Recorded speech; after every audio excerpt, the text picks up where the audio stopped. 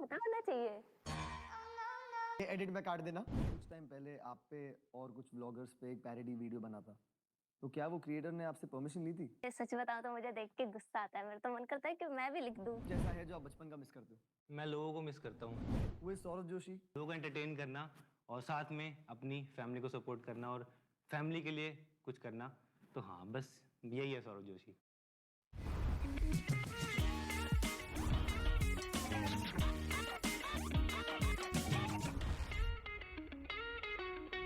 Hello everyone and welcome to the first episode of the unboxing podcast. जो हमारे आज के गेस्ट हैं, उनके साथ मैंने बहुत सारे गाने किए हैं, बहुत मस्ती की है एंड इन जनरल इतना काम किया है कि वो मेरे चैनल के मोस्ट फीचर्ड आर्टिस्ट हैं। एंड उनके साथ जो हमारी दूसरी गेस्ट है, उन्हें भी हमारे साथ बहुत सारे गाने किए हैं। So welcoming mister Saurabh Joshi and miss Priya Thapa. तो सौरभ और प्रिया, कैसे हो आप लोग और क्या हालचाल है? कैसा लग रहा है मुंबई आके? बहुत बढ़िया, बहुत बढ़िया। हमेशा अच्छा लगता है। बहुत अच्छा लग रहा है, मेरा तो फर्स्ट टाइम है तो काफी ज्यादा अच्छा लग रहा है। तो मेरा पहला सवाल, who is Saurabh Joshi and who is Priya Thapa? तो सौरभ, आप पहले स्टार्ट करो। Who is Saurabh Joshi? तो जैसे कि आप सबको पता ही होगा कि मैं बहुत सिंपल इंसान हूँ और मेरे को मेहनत करना बहुत पसंद है। डेली दिन रात मेहनत करना और डेली अपनी लाइफ को डेली वीडियोस में ब्लॉगिंग के थ्रू अपने चैनल पे दिखाना और लोगों के फेस पे थोड़ी सी स्माइल लाना और लोगों को एंटरटेन करना और साथ में अपनी फैमिली को सपोर्ट करना और फैमिली के लिए कुछ करना। तो हाँ, बस यही है Saurabh Joshi. And who is Priya Thapa? Priya Thapa तो मैं कहूंगी बस ऐसी लड़की है जो बस हंसती रहती है और ज्यादा जैसे चीजों को सीरियसली नहीं लेती, हर चीज में खुशी देख लेती है और बाकी अपना ड्राइंग करती रहती है, लोगों के पोर्ट्रेट्स बनाती है और लोगों को खुश करती रहती है ऐसी। तो अब ना थोड़ा सा क्वेश्चंस को इंटरचेंज कर देते हैं। तो पहले अब सौरभ आप बताओ, who is Priya Thapa? Who is Priya Thapa? ये ये बस ऐसे ही करते रहते हैं, कहीं भी वीडियो या फिर फोटो लेनी हो, बस ये। ओके प्रिया, तो अभी आप बताओ कि हु इज सौरभ जोशी? जैसे सौरभ ने आपके बारे में ऐसा बोला, अब आप बताओ सौरभ कैसा है?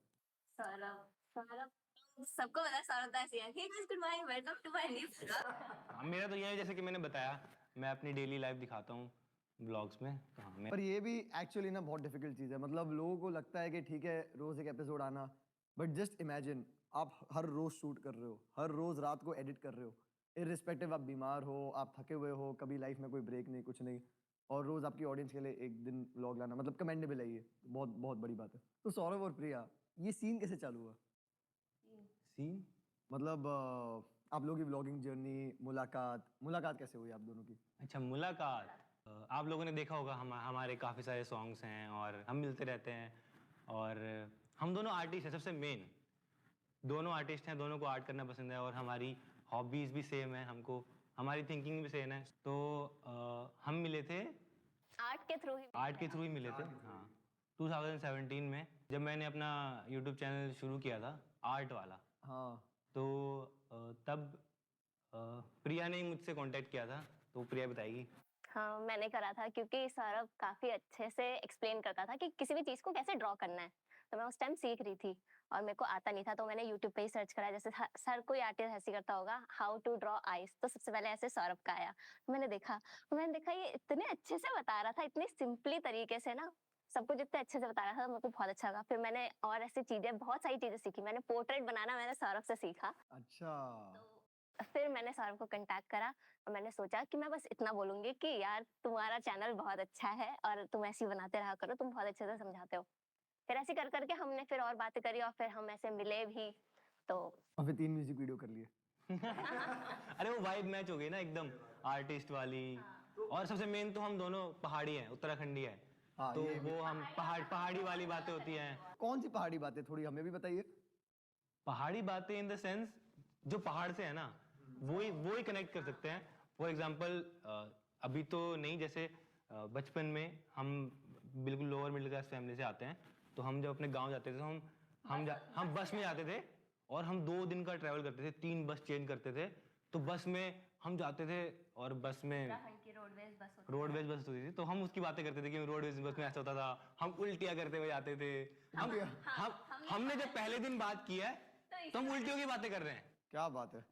कि उस बस में ऐसे उल्टी करते हुए आते हैं, जो पीछे बैठा होता है उस पे सारे छींटे। हमने इतनी बातें करी ना उल्टी के ऊपर, और इससे हमारी दोस्ती और ज्यादा गहरी होती गई। हम पहाड़ पे पकौड़े खाते हैं रायता के साथ में, ये खाते हैं, ये वाली पहाड़ी बातें कि पहाड़ी गाने सुनते हैं, कौन सा फेवरेट है, और पहाड़ी लैंग्वेज जैसे कि गढ़वाली है और मैं कुमाऊनी हूँ, तो लैंग्वेज भी अलग अलग है, तो लेकिन गाने सुनते हैं, तो वो एक वाइब होती है ना पहाड़ी वाली, वो पहाड़ी समझ सकता है। तो सौरभ प्रिया, आप दोनों के लिए एक एक सवाल है। तो पहले मैं सौरभ से पूछता हूँ, आपकी ये जो जर्नी है उसमें सबसे बड़ा कंट्रीब्यूशन किसका है? ऑब्वियसली हर किसी की जर्नी में सबसे बड़ा कंट्रीब्यूशन उनकी फैमिली का होता है, उनके पेरेंट्स का होता है। बिकॉज अगर पेरेंट्स सपोर्ट नहीं करेंगे, वो अगर स्टार्टिंग से हमको अच्छा पालन पोषण नहीं करेंगे, अच्छी शिक्षा नहीं देंगे, तो ऑब्वियसली हम ग्रो नहीं कर पाएंगे, हम किसी गलत राह पे चले जाएंगे, गलत संगति में चले जाएंगे। तो हाँ, उन्होंने स्टार्टिंग से अच्छे से पाला पोसा, अच्छे संस्कार दिए स्पेशली, तो इसीलिए मैं ऐसा हूँ, अभी यहाँ पहुँच गया, अभी भी वैसा ही हूँ। तो सबसे बड़ा कंट्रीब्यूशन, सबसे बड़ा क्रेडिट उन्हीं को जाता है, फैमिली को। और प्रिया, आपकी जर्नी में? सेम, फैमिली का ही। अब बड़ी बहन का। बड़ी बहन का, जो यहाँ बैठी है अभी। वो मतलब ऐसा है कि लड़ाई होती रहती है, वो ठीक है, पर हर चीज में सपोर्ट करती रहती है कि हाँ कर ले कर ले कर ले। घर वाले फिर भी क्वेश्चन कर लेते हैं कि अरे नहीं रहने दे, लेकिन वो सपोर्ट करती है। आपके जेब में कितने पैसे? जेब में, जेब तो बहुत है, ये देखो जेब ही जेब ऐसा है। है हमारे। 20 रुपए। इससे ज्यादा तो आपके पैंट में जेब है। जेब में सिर्फ 20 रुपए, और कभी पोर्श, कभी मिनी कूपर, कभी मर्सिडीज, कभी BMW, फॉर्च्यूनर, इनोवा क्रिस्टा। तो ये कैसे 20 रुपए से आ रही है ये सब? ये तो सब भाई, सबसे मेन तो ऊपर वाले का है, भगवान जी का है। क्योंकि मैंने स्टार्टिंग में मैंने ये भी सोचा कि मैं गाड़ी चलानी भी सीखूंगा। स्टार्टिंग में मैंने ये भी सोचा था कि मैं गाड़ी चलानी भी सीखूंगा। उसके बाद ग्रो करते करते गाड़ी सीखी, गाड़ी ले भी ली, फिर एक गाड़ी ली, 2 गाड़ी ली, 3 गाड़ी ली, 4 गाड़ी ली। तो ये मैंने कुछ भी प्लान नहीं किया, सब ऊपर वाले ने प्लान किया हमारे लिए। एक यूट्यूबर, एक एवरेज यूट्यूबर के जेब में मंथली कितना पैसा जाता है अप्रोक्सीमेटली? ब्रांड्स, यूट्यूब, कोलैबोरेशंस सब मिला के। व्यूज़ पे मैटर करता है यार, क्योंकि एडसेंस से जो पैसे मिलते हैं वो व्यूज़ के हिसाब से मिलते हैं कि तुम्हारे कितने ज़्यादा व्यूज़ आ रहे हैं। तो और वीडियोस कितनी डाल रहे हो, तो मैं तो डेली वीडियो डालता हूँ, व्यूज़ भी अच्छे खासे जाते हैं। बट अगर कोई यूट्यूबर है वो हफ्ते में 1 वीडियो डाल रहा है, तो मेरे को उससे 7 गुना ज़्यादा फ़ायदा है क्योंकि मैं डेली वीडियो डाल रहा हूँ। नहीं, बट एक जनरल एक यूट्यूबर का रेंज। तो वही मैं बता रहा हूँ कि वीडियो डालने पे और व्यूज़ पे फ़र्क पड़ता है, और ब्रांड्स भी उसके हिसाब से पैसे देते हैं कि भाई तुम्हारे ज़्यादा व्यूज़ हैं तो तुमको ज़्यादा पैसे मिलेंगे। तो अगर एक नॉर्मल यूट्यूबर है तो वो 10 से 20 लाख रुपए तो कमा ही लेता है। पर वो भी एक्चुअली बहुत बड़ा अमाउंट है। अगर आप कॉर्पोरेट में काम कर रहे हो या अगर आप कोई जॉब कर रहे हो, वो अमाउंट तक पहुंचने के लिए आपको कम से कम 15 से 20 साल काम करना पड़ेगा। और ये आजकल मतलब यंग बच्चे कितने तो हम देखते हैं, मतलब 18 साल 19 साल के बच्चे 20 25 30 लाख रुपए महीने का कमा रहे हैं। काफ़ी बढ़िया प्लेटफॉर्म है अगर उसको अच्छी तरह से यूज़ करें, अपना लोगों को एंटरटेन कर सकें। और जो फ़ोन हम स्क्रॉल करते रहते हैं, रील्स देखते रहते हैं या फिर फालतू की वीडियोस देखते रहते हैं, टाइम वेस्ट करते रहते हैं, उसको कम करके अगर हम दिमाग को यूज़ करके यूट्यूब पे वीडियोस देख के ही, और अगर हम सीख के लोगों के लिए कुछ क्रिएट कर सकें, लोगों को एंटरटेन कर सकें, तो डेफिनेटली हम भी अच्छा अर्न कर सकते हैं। जनता ये जानना चाहती है सौरभ, क्या आप में एटीट्यूड है? एटीट्यूड यार वो ना, जैसे अलग अलग सिचुएशन होती है मेरे साथ में कई बार। जैसे मैं ट्रैवल कर रहा हूँ, मैं हाईवे पे गाड़ी चला रहा हूँ फॉर एग्जांपल, या फिर ट्रैफिक में गाड़ी चला रहा हूँ, तो कोई मुझे फॉलो कर रहा है, वो मुझे रोकने के लिए कह रहा है, बट मैं जल्दी में हूँ, मैं नहीं रोक सकता, या फिर हाईवे पे मैं नहीं रोक सकता। अगर मैं नहीं रोकी, मैंने उसको मना कर दिया, तो उनकी ईगो पे लग जाती है, तो वो फिर बोलते हैं कि इसके अंदर एटीट्यूड है। फॉर एग्जांपल मैं कहीं जा रहा हूँ, मार्केट जा रहा हूँ, घर में अम्मा हैं, बाबू हैं, मम्मी, हम किसी की तबीयत खराब होती है तो मैं हॉस्पिटल लेके जाता हूँ उनको, तो फिर मैं नहीं रोकता भाई उनको। Of course. उनको अगर जाना है, दवाई लेके आनी है, और मैं व्लॉग भी नहीं बनाता, कई बार मैं घर से निकलता हूँ, मैं ऐसे तो ना हर चीज़ का व्लॉग बनाऊंगा, तो मेरा ध्यान रहता है बस उनको हॉस्पिटल ले जाना है, उनको दवाई दिलानी है, सब भाई कोई भी आए तो उस टाइम पे मैं नहीं रोका, उस टाइम पे मैं नहीं मिल रहा, सोसाइटी के बाहर लोग आते हैं, तो वो बोलते हैं, या फिर कई जैसे स्ट्रगलिंग ब्लॉगर्स होते हैं जो जिन्होंने स्टार्ट किया है, तो वो कई बार आते हैं मिलने के लिए। तो वो मतलब कई बार ऐसा होता है मैं घर पे ही नहीं हूँ और वो बाहर आके पूरा व्लॉग बना के कि मैं इतना टाइम हो गया मुझे वेट करते हुए, अभी तक नहीं आया, अभी तक नहीं आया, टाइटल में डाल दिया एटीट्यूड ये वो, तो उनकी वीडियो चल भी जाती है।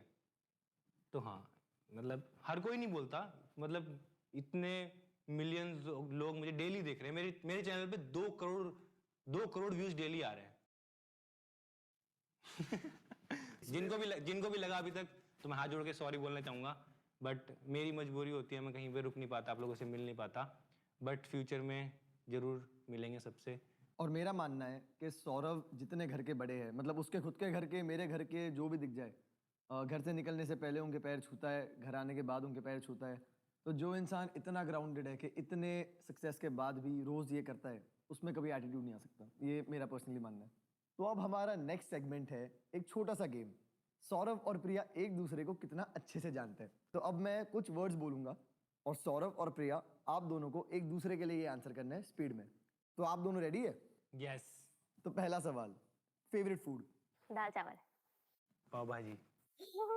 हाँ। राइट है, राइट है। हाँ। सेकंड है बेस्ट फ्रेंड। इसकी मैं। इनकी मैं। क्या बात है। तीसरा सवाल, फेवरेट सिंगर? अरिजीत सिंह है। बताओ ना। राइट है। प्रिया का के। हाँ। क्या फेवरेट सॉन्ग? सौरभ का ऐसे कुछ पर्टिकुलर तो नहीं है। प्रिया का भी कोई पर्टिकुलर नहीं है। है एक। है एक। तुम्हें पता होना चाहिए। आपको कैसे पता? आपके सामने बोला था, मेरी याददाश्त अच्छी है। तुम्हें पता होना चाहिए। और सिंगर भी के है। और एक्टर की मैं बहुत बड़ी फैन हूँ। ओ आ गया, याद आ गया। अजब सी। हाँ। Favourite colour? तुम बताओ पहले। ब्लैक। सौरभ का भी ब्लैक ही है। और सबसे इंपॉर्टेंट क्वेश्चन, मतलब ये सबसे इंपॉर्टेंट क्वेश्चन है यूनिवर्स का, फेवरेट म्यूजिक चैनल? और जिसके पहले आप ये आंसर करो, मैं बता दूं कि अगर जो आंसर मुझे चाहिए वो नहीं आया तो ये क्वेश्चन एडिट में हट जाएगा। अब बताओ। वी से नाम चालू होता है और उस पे आप दोनों के गाने भी आए। बॉयला डीजे। क्या बात है। अब आप बताओ। मेरा है एक गाना था, झूठा लगता वो। क्या बात है, मौला डीजी अगेन। तो सौरभ और प्रिया, आपसे कुछ क्वेश्चंस पूछूंगा और आप लोगों को इमीडिएटली आंसर करना है विदाउट सोचे समझे। पहला क्वेश्चन, सबसे ज्यादा लड़ने वाला? सारा। सौरभ। ऐसे किसी नीचे देख के बोला, ठीक है। सबसे ज्यादा चिढ़ने वाला? चिढ़ता नहीं हम ऐसे कोई। सबसे ज्यादा खाने वाला? सबसे ज्यादा सोने वाला? ये तो मैं खुद ही बोल देती हूँ।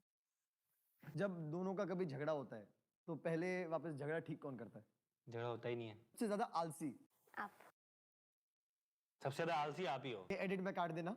सबसे ज्यादा मेहनती? अच्छा, आलसी मैं, मेहनती एक दूसरे पे। तो ये तो हो गई थोड़ी फनी बातें, मस्ती मजाक वाली। अब थोड़ी सी सीरियस बातों पे आते हैं। तो सौरभ, अभी वाले सौरभ में और पहले वाले सौरभ में, बिफोर व्लॉगिंग वाले सौरभ में क्या डिफरेंस है? दिन रात का अंतर है, वो तो दिख ही रहा है आप लोग, आपको भी। जब स्टार्टिंग में आप मिले थे और अब मिले, तो बिहेवियर में कोई मतलब डिफरेंस नहीं है, बट मैंने लाइफ में काफ़ी कुछ सीखा है। बिकॉज स्टार्टिंग में जब मैंने स्टार्ट किया था तब मुझे कुछ भी नहीं पता था किसी भी चीज़ के बारे में, बिकॉज मैं एकदम लोअर मिडिल क्लास फैमिली से आता हूँ, जहाँ पे फैमिली को ना कुछ ज़्यादा पता, ज़्यादा फैमिली भी एजुकेटेड नहीं है। और मैं जिस स्कूल में पढ़ा वहाँ भी माहौल कुछ ऐसा नहीं था, सब हिंदी में बात करते, सब नॉर्मली बात करते, इवन फ्यूचर के बारे में बात नहीं करते। मेरी 10th कंप्लीट हो गई तो मुझे पता नहीं था कि मुझे क्या लेना है, मुझे साइंस लेना चाहिए, क्योंकि स्कूल में कोई बात ही नहीं हुई, बच्चों में कोई बात ही नहीं इस बारे में। तो वहाँ वहाँ का ये था जहाँ मैं रहता था हरियाणा में, कि भाई अगर तुम साइंस लोगे तो तुम बेस्ट बच्चे हो, और मतलब अपनी हॉबी के हिसाब से या फिर अपनी पसंद के हिसाब से कोई कुछ नहीं लेता था। तो मैंने साइंस ले ली थी। अच्छा, साइंस ली थी? हाँ, साइंस विद मैथ ले ली थी कि मेरे को बड़ा दिखना है। पढ़ाई में कैसे थे सौरभ आप वैसे? पढ़ाई में ठीक ठाक, मतलब पास होने लायक। तो मैं जैसे तैसे 12th मैंने पास कर ली थी साइंस और मैथ से।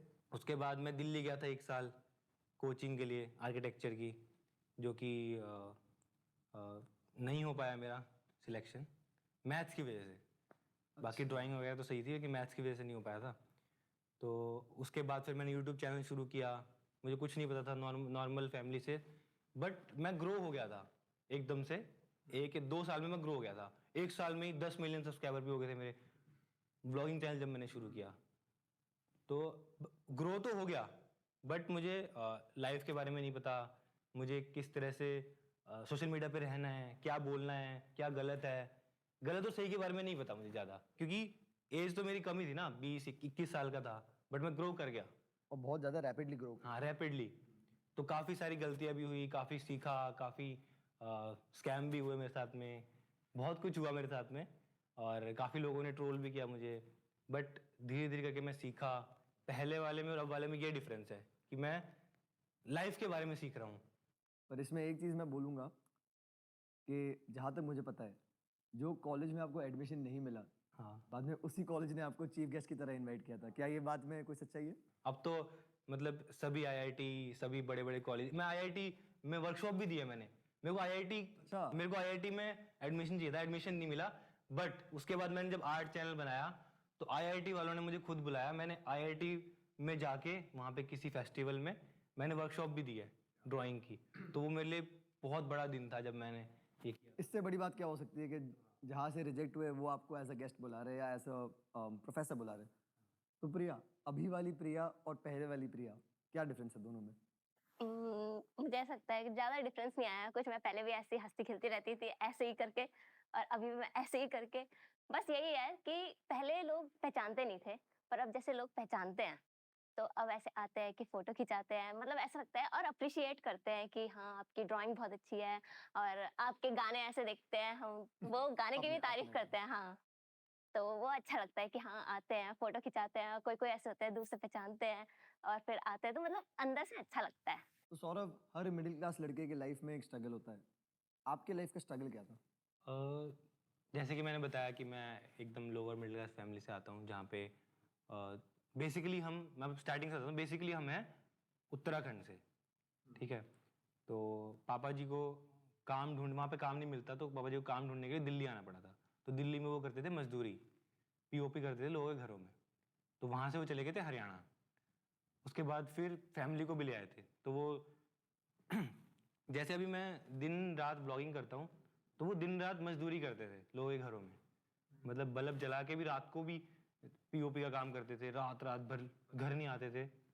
तो उससे जितना अर्न होता था, उससे ही हमको पूरा पाला पोसा, और पूरा स्कूलिंग उसी से हुई सब कुछ। तो फाइनेंशियली मतलब फाइनेंशियली उतने स्टेबल नहीं थे।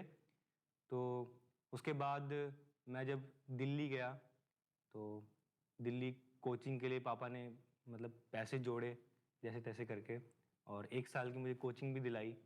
और वहाँ भी काफ़ी स्ट्रगल था। 1 साल तक मैं किस तरह से रहता था, अकेले रहता था। और मैं 5-5 रुपये बचाता था वहाँ पे। अ, जैसे मैं आधा किलोमीटर पैदल पैदल चल लेता था 5 रुपये बचाने के लिए, कि उस स्टेशन से 5 रुपये लगते थे, अदरवाइज 10 लगते थे। हाँ, और उस टाइम तक मैं कहीं भी अ, मतलब जैसे किसी रेस्टोरेंट में, या फिर किसी भी जैसे क्या बोलते हैं, डोमिनोज हो गया, बर्गर किंग हो गया, या फिर कहीं भी मैं आज तक कभी गया नहीं था। ये 12th से बाद की बात है। मैं कहीं पे कुछ खाने के लिए नहीं जा पाता था। जो कोचिंग में मेरे फ्रेंड्स थे, तो वो मुझे बोलते थे कि चलते हैं खाने के लिए चलते हैं। वो जो रोज जाते थे खाने के लिए चलते हैं, तो मुझे लगता था वो कि भाई पैसे लगेंगे, मेरे पास तो है नहीं। वो सब जाते थे, वो मुझे बोलते थे कि तू भी चल, तू भी चल। मैं आज तक कभी नहीं गया। मैं कुछ ना कुछ बहाना मारता था कि मेरे को ये करना है, मेरे को उधर जाना है। तो वो अभी अगर ये पॉडकास्ट देख रहे हैं, मैंने उनको कभी बोला नहीं था कि मेरे पास पैसे नहीं है। वैसे वो पैसे मुझसे नहीं मांगते, वो खुद ही दे देते, बट फिर मुझे अच्छा नहीं लगता ना ऐसे। तो मैं कभी भी 1 साल में आज तक कभी उनके साथ नहीं गया कुछ खाने के लिए, कभी मूवी के लिए नहीं गया, कभी मैंने कहीं नहीं गया। और मैंने फर्स्ट टाइम पिज़्ज़ा खाया था अपने बर्थडे पे। उसके बाद डोमिनोज का खुद से खरीद के 200-300 रुपये लगे थे, मुझे याद है। और उसके बाद जब मैं हरियाणा वापस आया और मेरे को कॉलेज नहीं मिला, तो जब मैंने यूट्यूब स्टार्ट किया, और यूट्यूब की जर्नी भी एक छोटे से रूम से स्टार्ट हुई, जहाँ पे मतलब पेंट भी नहीं था, मेरे पास टेबल तक नहीं था, और टेबल भी किसी पड़ोस में मांगा था किसी से, और उस पे मैंने कुछ जुगाड़ सा लगा के, फट्टी वट्टी लगा के, एक पापा जी ने मेरे को फ़ोन दिलाया था 7,000 रुपये का, वो मेरे पास अभी भी है, मैं दिखाता, मैंने अपने ब्लॉग में दिखाया भी है। उससे मैंने स्टार्ट किया था, और उससे मैंने 300-400 वीडियोस बनाई, और लोगों को पसंद आया 1-1.5 साल के बाद। और फिर मैं धीरे धीरे करके, जैसे स्टेप बाय स्टेप होता है ना, और बट मैंने सोचा नहीं था कि मेरे को एकदम ऊपर तक जाना है, मेरे को नया घर बनाना है, मेरे को गाड़ियाँ लेनी है। मैं गाड़ी के बारे में सोचता भी नहीं था। मेरे पुराने वीडियोस देखना, आर्ट वीडियोस देखना 5 साल 6 साल पुराने, कि मैं कभी भी अपनी वीडियो में ये नहीं बोलता था कि मुझे ये लेना है, मुझे ये पसंद है, मुझे घर बनाना है, मुझे ऐसे कपड़े पसंद है, ये खाना पसंद है, कुछ मतलब जो महंगी चीज़ें होती हैं। बट जब धीरे धीरे grow, step by step grow करा, तब वो चीज़ें आई, तब वो चीज़ें मैंने एक्सपीरियंस करना शुरू करी। तो हाँ, मेरे कुछ प्लान्स नहीं थे, बट वो धीरे धीरे करके सब कुछ हुआ, तो आज यहाँ पे हूँ। पर इसमें एक चीज़ बहुत विजिबली सामने आती है कि पापा का क्या कंट्रीब्यूशन होता है लाइफ में।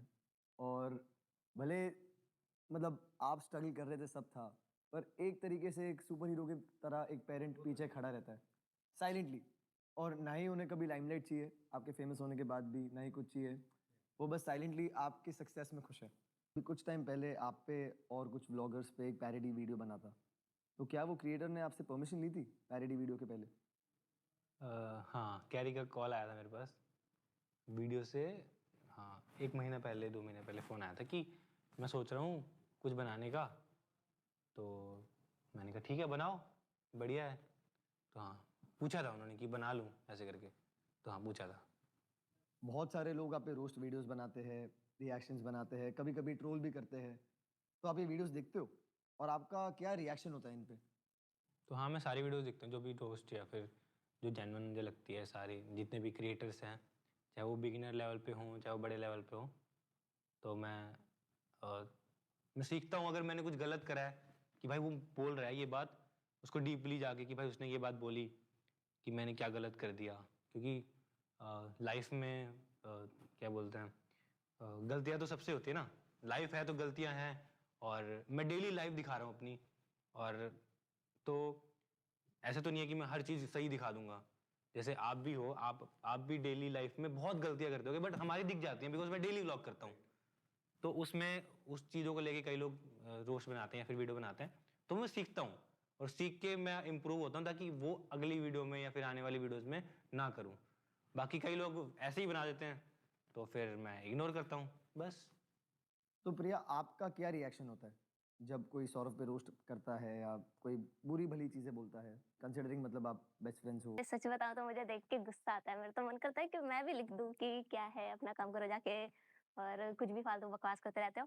लेकिन फिर सबसे अच्छा तो यही होता है कि हम मिलके बात कर लेते हैं कि किसी ने कुछ बोला, तो क्या सही बोला, क्या गलत बोला, क्या एक्चुअल में मैंने गलत करा, या फिर क्या गलत बोला, क्या क्या है हम इम्प्रूव कर सकते हैं। तो वो बात करते हैं, तो वो बात करने से ना वो सॉल्यूशन निकलता है कि हाँ। हाँ, इग्नोर कर दिया तो आपने उन्हें वैलिडेट नहीं किया, और जब आपने वैलिडेशन नहीं दिया तो फिर आदमी कितनी देर तक ही बोलेगा? हाँ, कोई अच्छी वीडियो बनाता तो मैं उसकी वीडियो लाइक कर देती हूँ, सौरभ पे रोस्ट। जो अप्रिसिएशन वाली होती है। अभी आप एक ऐसे पोजीशन पे हो कि आपको जो चाहिए चीज़ें आप अरेंज कर सकते हो खुद के लिए, भले वो फाइनेंशियली हो या जान पहचान से हो। ऐसी कोई चीज़ है जो बचपन से थी और अभी आप मिस करते हो, बिकॉज मे बी आप फेमस हो गए? मैं लोगों को मिस करता हूँ जो मेरे साथ थे स्टार्टिंग में, और मेरे आसपास के लोग, उनको लगा कि मैं बदल गया सक्सेस होने के बाद, बट वो बदल गए, उनको मेरे देखने का नज़रिया बदल गया। तो उन्होंने अलग बिहेव करना शुरू कर दिया, उन्होंने अलग डिमांड करना शुरू कर दिया। मैं तो पहले की तरह हूँ, मैं तो पहले की तरह ठेले पे जाके खाता था उनके साथ में सब कुछ, बट उनकी एक्सपेक्टेशन बदल जाती है ना लोगों की। लोगों को लगता है कि मैं चेंज हो गया, बट चेंज वो होते हैं। तो वो मेरे को काफ़ी हर्ट होता है सोच के कि यार वो सब सब चले गए, अब लाइफ में सिर्फ फैमिली है। बट हाँ, और कुछ मैटर भी नहीं करता, बिकॉज मेरी फैमिली, मेरे जो आसपास के लोग हैं, जो मेरे रिलेटिव्स हैं, वो सभी खुश हैं। और अगर पेरेंट्स खुश हैं, पेरेंट्स प्राउड फील करते हैं, तो फिर और तो क्या ही चाहिए। और प्रिया, आप क्या मिस करते हो? बचपन के बारे में, जो बचपन की मस्ती थी, बचपन की खाने-पीने की चीज़ें थी और पहले काफ़ी सारी चीज़ें सस्ती हुआ करती थी, जो कि अब सारी महँगी हो चुकी है। जैसे कि गोलगप्पे पहले ₹10 के 5-6 मिल जाते थे, अब ₹10 के 2 मिलते हैं। मैं उन बाकी 4 को मिक्स करा गोलगप्पे नहीं होते, पानी पूरी होती है। ये पता नहीं है दिल्ली गोलगप्पे वालों होते हैं। गोलगप्पे। हो ही नहीं सकता। अरे गोल पानी पूरी में वो फ़ील ही नहीं है। अभी इधर दिल्ली इज़ टू मुंबई 2:1 हो गया तो मैं क्या बोलूँ, बट पानी पूरी होता है। नहीं, गोलगप्पे होते हैं। ऑडियंस कमेंट करके बता दो, गोलगप्पे होते हैं कि पानी पूरी होती है। सौरभ, इतने फेमस होने के बाद भी आप इतने हम्बल कैसे हो? मुझे लगता है फेमस इसलिए हूँ बिकॉज़ हम्बल हूँ। ये बात सही है। और प्रिया, आप आपके सिंप्लिसिटी और ह्यूमिलिटी का क्या राज है? वो नेचर है। बचपन से ही, स्टार्टिंग से?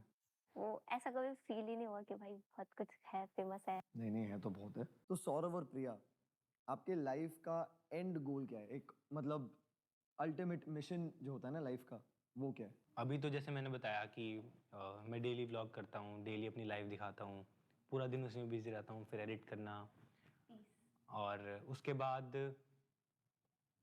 फैमिली का ध्यान रखना, फैमिली को खुश रखना और लोगों को एंटरटेन करना अपने ब्लॉग्स के थ्रू। अभी तो मैं यही कर रहा हूँ। बट साथ में मेरा प्लान है फ्यूचर में कि अ, जब थोड़े एक और अच्छे लेवल पे आ जाऊँ, तो मैं लोगों के लिए कुछ करूँ, सोसाइटी के लिए कुछ करूँ और उसके लिए हम और भी काफ़ी सारी चीज़ें कर रहे हैं, जो कि मैं ज़्यादा बोलूँगा नहीं। बट हाँ, यही गोल है और ज़्यादा बताऊँगा नहीं बट उसके बारे में खुद से अपने मन की शांति के लिए वो सब चीज़ें करूँ मैं सोसाइटी के लिए या फिर एजुकेशन के लिए जो कि हम करते हैं। आपने मेरी वीडियोज़ में देखा होगा व्लॉग्स में। तो हाँ, बस यही प्लान है। और प्रिया, आपका? मेरा तो यही है कि मैं जो भी काम करूँ, उसमें आगे खुश रहूँ। मतलब एंड तो यही है कि हम सुकून से जिए, खुश-खुश जिए, क्योंकि आजकल वही बहुत कम हो पाता है। क्योंकि प्रोफेशनली आप इतने बिजी हो, इतने ज़्यादा ऑक्यूपाइड रहते हो, इतनी चीज़ें हैं, क्या कभी पर्सनल लाइफ अफेक्ट होती है? और अफेक्ट होती है तो क्या आप उसे मिस करते हो? नहीं, मुझे मज़ा आता है इसमें। तो जिस जिस चीज़ में मज़ा आता है ना और हमने चूज़ की है वो चीज़, तो फिर उसमें पर्सनल लाइफ या फिर ये सब चीज़ें मैटर नहीं करती और लोग इतना प्यार करते हैं और भगवान ने स्पेशली भगवान ने दिया है क्योंकि डेली लाखों लोग व्लॉगिंग स्टार्ट करते हैं और ऐसा नहीं है कि मैं ही टैलेंटेड हूँ, मुझसे बहुत लाख गुना टैलेंटेड लोग पूरे इंडिया में हैं जो व्लॉगिंग कर रहे होंगे, जो बहुत एफर्ट डाल रहे होंगे, हाई क्वालिटी कंटेंट बना रहे होंगे, बहुत कुछ बना रहे होंगे। बट भगवान ने मुझे दिया है तो मुझे उसकी रिस्पेक्ट करनी चाहिए और डेली काम करना चाहिए, तो मैं उसी को फॉलो करता हूँ। हाँ बस। भगवान देते भी उन्हें जो डिजर्व करते हैं। आज का हमारा वन लास्ट फाइनल क्वेश्चन। तो आप लोगों की इतनी स्ट्रॉन्ग फैन फॉलोइंग है, इतने बच्चे आपको रोज देखते हैं, इन्फ्लुएंस होते हैं, तो इन यंगस्टर्स को आपकी क्या एडवाइस है? मतलब लाइफ को लेके, अपने करियर को लेके, हर चीज़ में आपकी एक वन वर्ड एडवाइस या one sentence advice in youngsters को क्या है? एडवाइस मैं तो ये बोलूँगा भाई किसी के कहने पे कुछ मत करो। जैसे मैं एडवाइस दूँ कि तुम ये करो, तुम वो करो, बट तुम्हारे मन में कुछ और चल रहा हो, है ना? तो मतलब ऐसे नहीं बोलूँगा, मैं ये बोलूँगा कि बस आपके मन में जो हो ना, आपका जो दिल कहता है वो करो। किसी को देख के, किसी के कहने पे, किसी ने मोटिवेट कर दिया आपको ये करने के लिए, बट जो मोटिवेशन है या फिर किसी का कहना है वो कुछ कुछ टाइम तक ही रहता है, बट जब हम करते हैं तो हमको रियलिटी चलती है पता। तो बैठो, टाइम लो और अपने दिल की सुनो और अपने पेरेंट्स के साथ में मिलके डिसीजन लो क्योंकि पेरेंट्स ही हैं जो हर डिसीजन में आपको सपोर्ट करेंगे। मैं अपनी लाइफ के एक्सपीरियंस के हिसाब से बता रहा हूँ। लाइफ में बहुत लोग आएंगे, बहुत लोग जाएंगे, बहुत आपको मोटिवेट करेंगे, बहुत कुछ करेंगे, बट पेरेंट्स आपके साथ में मतलब हर लेवल पे खड़े होंगे। चाहे आप कुछ गलत भी करोगे ना, वो फिर भी आपके साथ में खड़े रहेंगे। दूसरे लोग भाग जाएंगे बट पेरेंट्स कभी भी नहीं भागेंगे, वो आपको आपको हमेशा सपोर्ट करेंगे। तो बस यही बोलूँगा कि अपने दिल की सुनो और खुश रहो और बस काम करते रहो। और प्रिया, आप?